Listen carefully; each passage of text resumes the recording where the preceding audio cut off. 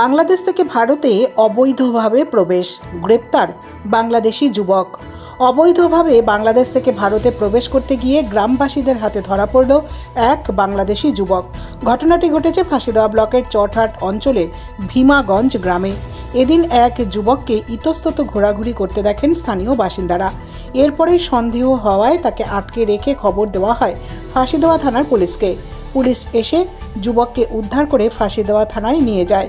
তারপর পুলিশের জিজ্ঞাসাবাদে ধৃত স্বীকার করে তিনি বাংলাদেশ থেকে ভারতে প্রবেশ করেছেন। তবে তার কাছে ভারতে প্রবেশের কোনো বৈধ কাগজ না থাকায় গ্রেপ্তার করে পুলিশ। ধৃতের নাম মোহাম্মদ শরীফ হোসেন, তার বয়স 28 বছর। যুবক বাংলাদেশের বাসমঙ্গল গ্রামের বাসিন্দা, জেলা কুমিল্লা। ধৃতকে আজ শিলিগুড়ি মহকুমা আদালতে পাঠানো হয়।